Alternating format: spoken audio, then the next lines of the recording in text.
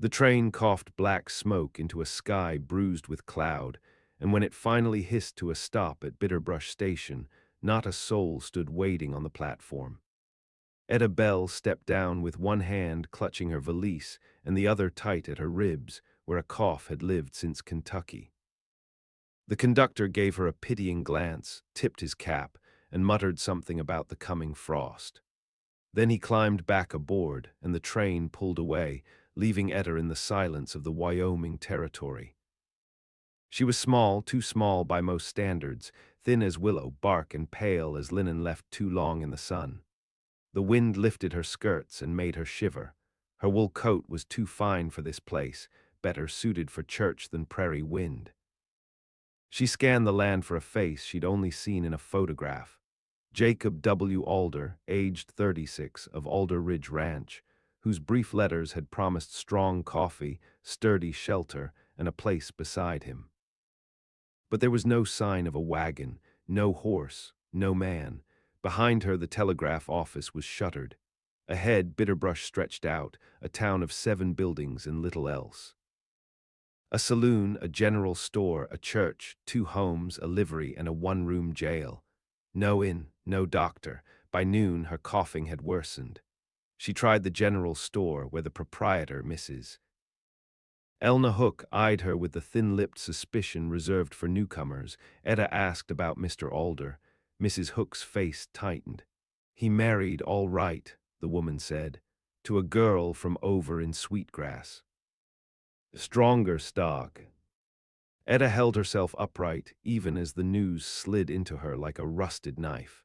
She hadn't known how frail she looked until the letters stopped 3 weeks back.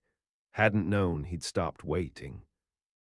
She slept that night in the hayloft above the livery, tucked under an old horse blanket, lungs aching and heart hollow. She did not cry. She cried all her tears in her mother's house, when the fever took her brothers one by one and her father let the banks strip their land bare. She had thought herself hardened, but this rejection came quiet and cold and final. Come morning, she borrowed a pail and washed herself in the river. She did not write home. There was no home left to write to. By the 3rd day, she took to mending garments at the back of the store in exchange for salt pork and thread. She kept her head low, eyes on her needle, coughing when no one could hear. The town watched her like a coyote watches a dying calf, curious but waiting for the stillness. On the 7th day, the man arrived. He rode down from the hills like a figure carved out of the stone itself. Broad-shouldered, tall, his beard thick and sun-bleached. His coat was buffalo hide and his boots still wet from river crossings. They called him August Finch. Owned 60 acres up in Blackthorn Hollow. Said little, smiled even less. He came in for nails and flour and paused when he saw her. He didn't speak, not at first, just looked at her with those pale eyes, and she looked back, too tired to be ashamed. "Mrs." Hook leaned over the counter and whispered loud enough for her to hear, "That's August. Don't bother trying." But August didn't walk past. He watched Etta thread her needle, saw the way her hands trembled despite their precision. After a long minute, he set his sack of flour on the counter.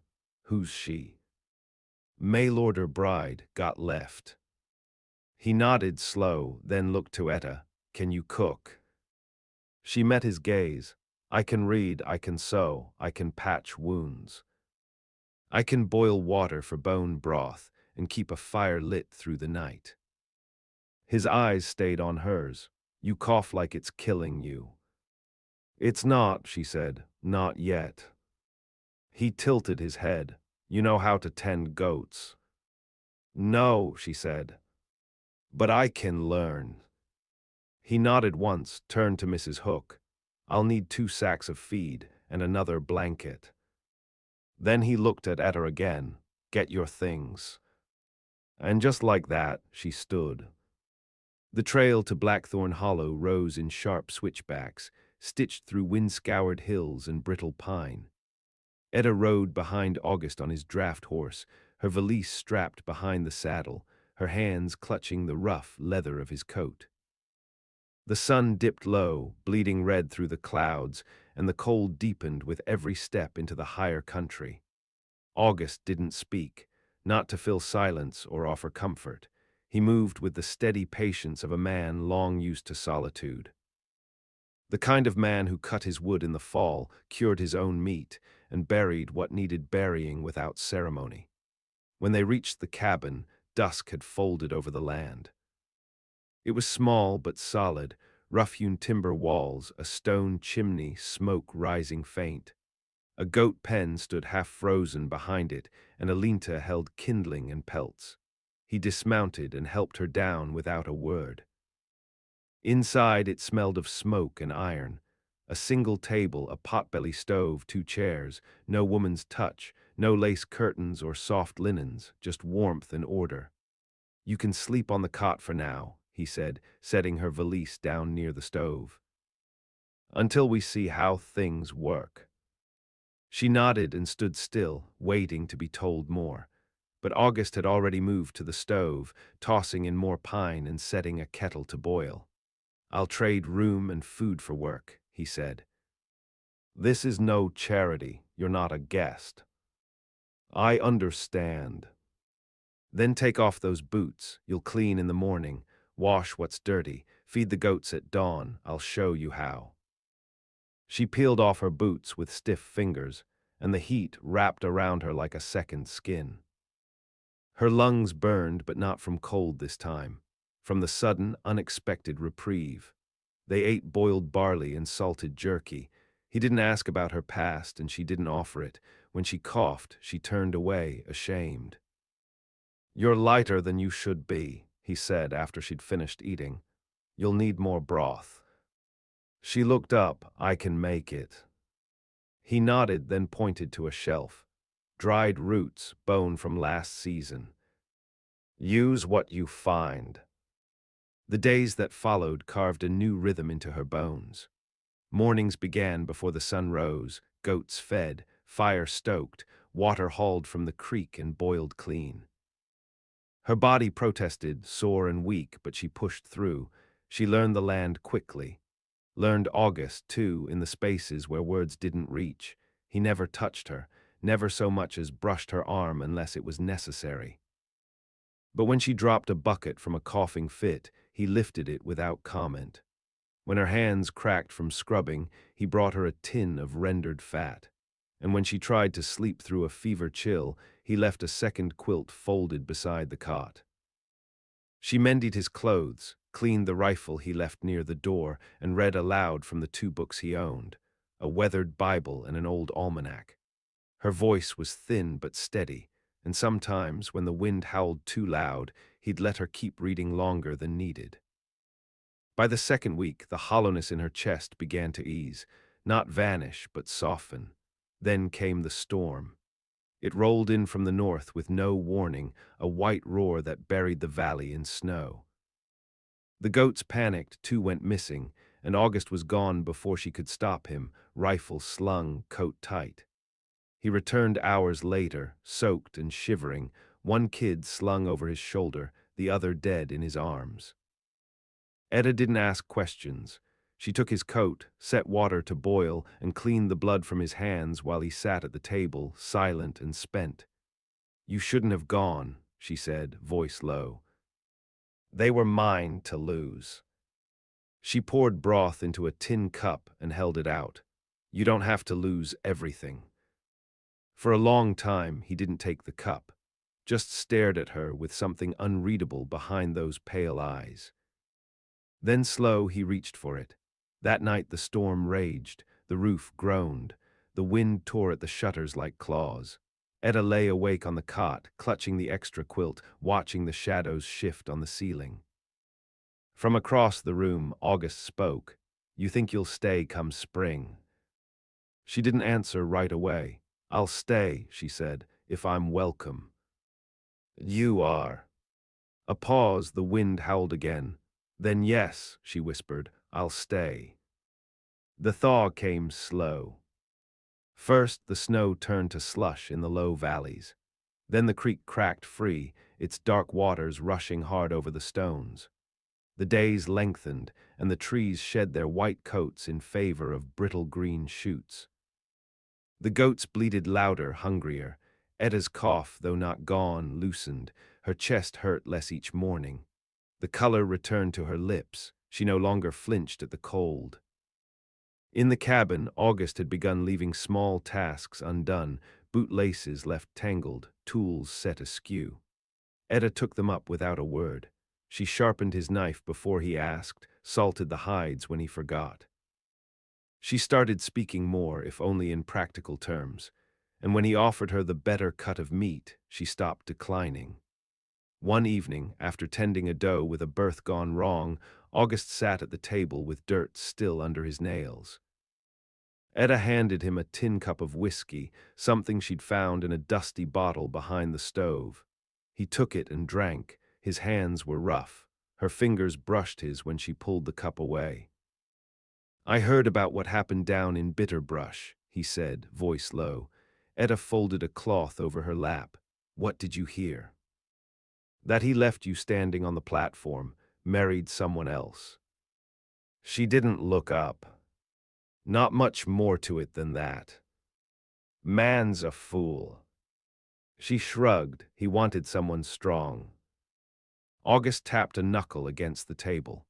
"You built a fire in the middle of a blizzard, cleaned a berth that nearly killed a goat, learned the land in a season. That's strength." Etta met his eyes then. They weren't soft, but they weren't hard either. "I had to survive, that's all." He nodded. "That's enough." Later, she found herself alone outside, wind brushing through her skirts. The moon hung full over Blackthorn Hollow, casting the land in silver. She leaned against the fence, watching the goats settle, the mountain quiet all around her. Her fingers curled around the rough wood, and her breath came slow, measured. The stillness no longer frightened her. In April, the first stranger arrived. He came on foot, boots worn to the heel, and asked for shelter for the night. August offered him a place by the fire and half a tin of beans. Etta stayed quiet, watching the man's eyes, the way they lingered on the rifle leaning near the door. He asked too many questions, about the goats, the land, how far the nearest town was, whether August and Etta were married. August didn't answer. Neither did she. By morning, the man was gone, but a length of rope was missing from the lean-to, and one of the goats limped like it had been kicked. August spent the day setting traps farther up the ridge. When he came home, his expression was carved from stone. "There'll be more," he said. "That one was just looking." "For what?" "Easy things to take." Etta felt the cold again then, but not the kind that came from snow. The kind that lived in men's hearts when they saw a woman left alone. The next morning, she picked up the rifle. She'd never held one before, but her hands didn't shake. August watched her. "You planning on using that?" "If I need to." He nodded. "I'll show you how it kicks first." They spent the day in the clearing beyond the creek. He lined up old cans on a split rail and showed her how to brace her shoulder, how to breathe before the shot. Her first try missed wide, but the second knocked a can spinning. By evening, her aim was steady. "You've got good eyes," he said. "I used to thread needles in candlelight." He smiled then, not much, but enough. She began sleeping better after that, not because the world was safer, but because she no longer felt helpless inside it. And then, in early May, a letter came. Folded and stained, left by a passing trapper. No address, just her name on the front. Inside was a single line: "He's coming to find you." There was no name, no return. Etta read it once, then again. Her hands went still. She stood by the stove a long time before she showed it to August. He read it without speaking. "Who is he?" he asked finally. Her voice was quieter than the wind. "My father." The last time Etta had seen her father, she'd been holding her youngest brother's hand as he died. The fever had thinned the boy to bones and breath, and their father had stood at the door, unmoved. Not from cruelty, not exactly. Just the kind of man who believed death was the Lord's work and softness a sin. He'd told her she was too small to carry the family name, said she'd been a mistake since birth. When she ran away, she hadn't expected him to follow. Now, in the cabin at Blackthorn Hollow, August folded the letter and set it down like it might catch flame. "How would he know where you were?" "I don't know," she said. "I didn't leave word, but folks talk in towns. A girl like me gets noticed." August stared into the fire, jaw tight. "Then we get ready." The days that followed took on a new sharpness. August added a second bolt to the cabin door, reinforced the shutters, cleared sightlines from the ridge to the valley.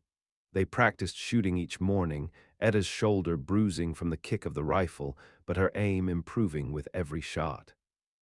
At night, she slept with her boots beside the cot. Her cough returned, not from sickness, but from nerves, from the weight of memory pressing at her lungs. One night, as the wind cut cold again, she asked, "If he comes and I don't stop him, would you?" August didn't answer right away. "I don't believe in killing for another man's sins," he said, "but if he means to take what's mine, I won't ask twice." She didn't correct him. She didn't ask what he meant by what's mine. In some quiet part of her, she hoped he meant her. Not as a possession, as someone worth defending. By the end of May, the valley greened. Snow melt fed the creek and wildflowers broke through the loam. The goats fattened. The cabin smelled of soap and pine resin. Life pressed in again. But the shadow didn't lift. It was June 3rd when the man came riding. Etta spotted him first, a lone figure on a bay mare, cutting across the far ridge with purpose. No gear, no supplies. Just a long coat, a hat pulled low, and a shotgun strapped to his back. August stepped out beside her, lifted the rifle, and followed the man's path through the sights, his jaw clenched. That him? Etta didn't answer at first, just stared. Then nodded. His name's Ulis Bell. August lowered the rifle but didn't set it down. "You want to run?" "No." He nodded, "Then we stand." They waited. When the rider reached the edge of the clearing, he dismounted and walked the last 50 yards on foot. Slow, intentional, the way a preacher might approach a pulpit. August stood in the doorway, rifle in hand. Etta stood beside him. The man stopped 10 paces out. "You're mine," Ulis said, voice dry as sun-bleached bone. "By law or blood." "I'm not yours," Etta said. Her voice did not tremble. He laughed once, a hollow sound.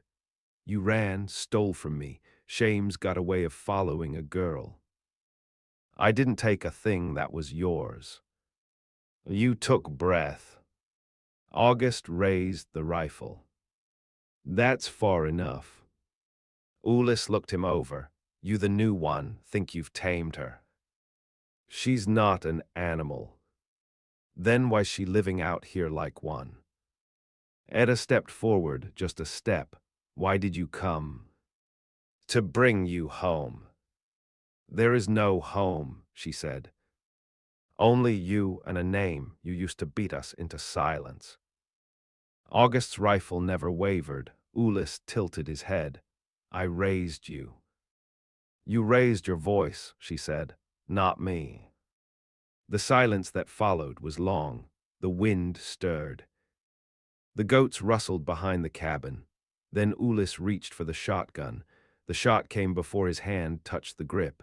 August didn't flinch, didn't hesitate. Ulis dropped to his knees, the side of his coat torn open, blood blooming fast. Etta didn't scream. She walked down the steps, slow and sure, until she stood over him. "You came all this way," she said. "For what?" He coughed, blood in his mouth. "To remind you." "I haven't forgotten." She knelt and took the shotgun, snapped it open, and tossed the shells into the dirt. Then turned her back on him. "Let him die out here," she said to August. "The land will bury him better than we ever could." They didn't speak of it again, not that night, not the morning after. August burned the blood-soaked dirt near the steps, and Etta swept the ashes into the wind. Ulis Bell's body was never found, though buzzards circled the ridge for days. The land had claimed him as it claimed all things too weak or cruel to last. June stretched into July. The air turned hot and dry, rattlesnakes slithered under rocks, and the goats grew restless. Etta learned to shear them herself, nimble fingers working through dense wool as August built a smokehouse near the creek. Their days filled with the small, relentless work of survival, but something between them had shifted. He began watching her longer, not like a man waiting for a mistake, but like one memorizing a truth he hadn't known he needed. And she found herself listening for his footsteps outside the window, feeling steadier when he was near.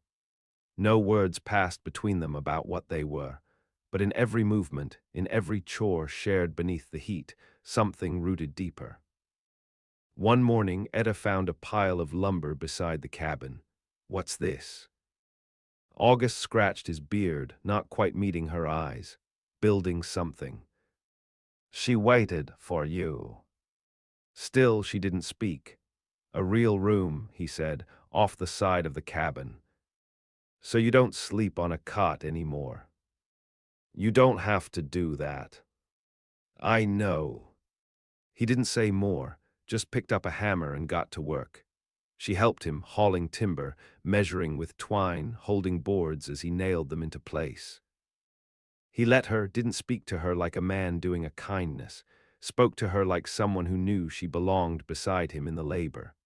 The new room went up slow. Not just a bedroom, but a space with shelves and a window that faced the hills. She chose where it would go. He listened. By August, the frame stood strong and the floorboards creaked under her feet for the first time. "It's yours," he said. Etta stood in the center of the room, sunlight slanting across the raw wood. She looked down at her hands, at the calluses there, the marks of a life she'd earned, not begged for. "I never had a room that was mine," she said. August leaned in the doorway, arms crossed. "Then it's long past time." That night she moved her things from the cot to the new bed, rough spun sheets, a stitched blanket she'd finished by lamplight, the Bible from the shelf, worn and creased.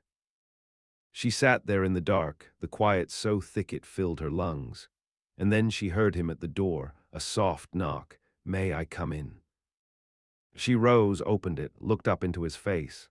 "You may," she said. He stepped inside, stood close. Their hands brushed once, accidental or maybe not.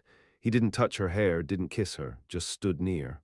"I won't push," he said. "You've had enough of that." "I know," she whispered, "but I'm not afraid." He nodded once. "Oh, good." The next morning he was already gone when she woke, out checking traps. But beside the bed, he'd left a tin cup filled with wild berries and a folded scrap of paper. "Strong things don't always roar," it read, written in his heavy hand. "Sometimes they just endure." She folded the note and placed it under her pillow. The wind picked up that afternoon. A dry wind carried the smell of smoke. Something was burning to the west. Etta stood on the porch and watched the horizon darken. August returned at dusk, his face grim. "Fire near Barlow's Pass," he said.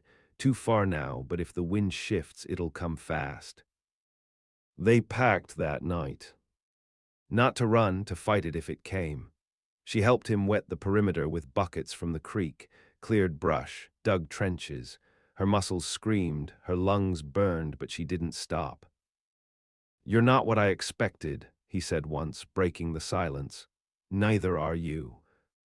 They stood shoulder to shoulder as the smoke drifted closer. And when the fire came, they didn't run. The fire came like a charging beast, orange and wild, eating sky and scrub and shadow. It moved faster than any storm, carried on a shifting wind that made the trees moan before they burned. Etta tied a damp cloth around her mouth, eyes stinging, arms raw from the bucket line. August worked without pause, sweat streaking through soot on his face, his hands blackened with ash. They didn't speak, not once. The fire spoke enough. They beat back the edge of it with wet burlap sacks, circled the cabin in smoke, smothered sparks before they caught in the eaves. When the flames lunged close, August poured creek water over the roof. Etta kept the goats penned, wrapped in wet canvas. One died anyway, smoke in its lungs, legs trembling until they stopped. The heat bent the air into waves. The sky turned the color of rusted blood. They worked through the night. And in the still hour before dawn, the fire passed them by. The cabin stood, charred along the western wall, but still whole, the new room untouched. The land beyond was black. Hillside to horizon, the trees burned hollow, their trunks glowing red in the dark like ghosts with no skin. Ash fell like snow. They buried the dead goat near the creek. August said nothing during the digging. Etta stood beside him, her hand on the shovel, then on his arm. When it was done, they sat on the porch steps and watched the valley smoke. "You should have left," he said finally. "I did, once. It wasn't better." He looked at her, not with pity. "With weight, you've earned something more than this." "So have you." Silence settled again. It was a silence that didn't ache. In the weeks after, they rebuilt, patched the cabin wall, moved the goat pen farther east. August hunted deer deeper in the mountains, and Etta dried the meat on racks she built herself. The work went slower with only 8 goats left, but there was less to guard, less to feed. And the air, though thick with memory, began to sweeten again. People from Bitterbrush came late in the month, riders on skinny horses, news passed mouth to mouth. They saw the land blackened and asked if they'd survived it alone. "We had what we needed," August said. Etta stood behind him, arms crossed, face clean, eyes steady. One of the riders, a merchant from town, offered her a ride back. "If you're still looking for a husband," he said, half joking. "I found one," she replied, "and I kept the land, too." After they left, August raised an eyebrow. "Didn't know that's what we were." "You built me a room," she said. "What did you think it meant?" He smirked. It was the first time she'd seen him smile with his teeth. "I thought maybe it meant you were staying." "I am." "Then it means whatever you want it to." She stepped close, her fingers brushing his calloused ones. "What do you want it to mean?" He looked down at her, the scar along his knuckle catching the light. "That you're not sleeping in that bed alone anymore." And they didn't marry, not right away, not with paper or preacher. But they shared a bed, a table, a rifle, and a life. Etta began carving her name into the doorframe of the new room, not with initials, with each passing year. A small line for every spring survived, every storm beaten back. Every moment she chose to stay. By the end of summer there were 3, and the 4th was coming. The 4th mark was carved deeper than the rest. Etta used the hunting knife August had given her last winter, bone-handled, heavy, the blade dulling from years of use. She carved slow, the weight of her hands steadier than it had ever been. When she finished, she stepped back and looked at the doorframe, each notch a testament to a life endured and earned. By late autumn, her belly had begun to show. Just enough that she could no longer carry the water pails without strain. August noticed first, though he didn't say anything until she set down the basin and caught her breath too slow. "I'll haul it," he said, not a question. Not a request. She wiped her hands on her apron. "I'm not broken." "No," he said, looking at her like she was something holy. "You're building." They spoke little of the child, not from fear, but reverence. As if naming it too soon might undo the quiet miracle they had been granted. Etta ran her hands over her stomach in the still mornings before dawn, sitting on the porch steps with a shawl wrapped around her shoulders, feeling the land sleep beneath frost and silence. The fire had not returned. The goats birthed again. The trees along the creek grew new leaves, thinner and more brittle, but alive. When the snow came that year, it came soft, not the screaming blizzards she remembered from that first winter. Just a steady hush that covered the cabin, the fields, the graves. One night, as the wind rattled loose ice from the eaves, Etta woke to pain low and sharp. She rose without panic, lit the lantern, woke August with a whisper. "It's time." He didn't fumble, just nodded, stood, lit the second lantern, and laid down the blankets they'd prepared weeks ago. They had no midwife, no doctor, just boiled water and memory and faith. The labor was long. The kind of long that bends time into a prayer. She gritted her teeth through the pain, fingers clutching August's hand until blood rose beneath his nails. He said nothing, just held on. When the child came, the scream was thin, piercing, angry with life. A girl. Etta held her close, wrapped in linen that once belonged to August's mother, stitched over during long nights by firelight.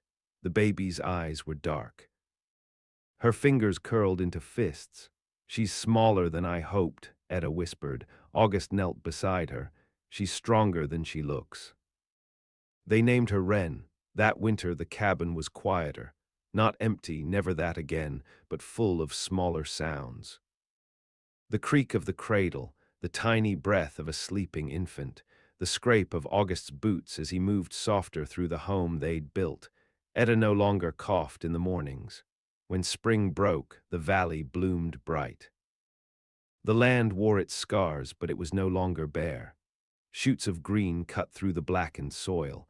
Birds returned to the trees, and the goats, stubborn and loud, climbed higher into the hills. One day, Etta took Wren in her arms and stepped out to the porch. She held the child close and looked out across Blackthorn Hollow, where the cabin stood like a promise against the sky. August came up behind her, arms circled around both of them. "She'll know it all," he said. "The hard, the holy, the fire and the silence." Etta nodded. "She'll know what it means to stay," she said. "And what it cost." Behind them, the doorframe held 4 marks, and a 5th waited to be carved.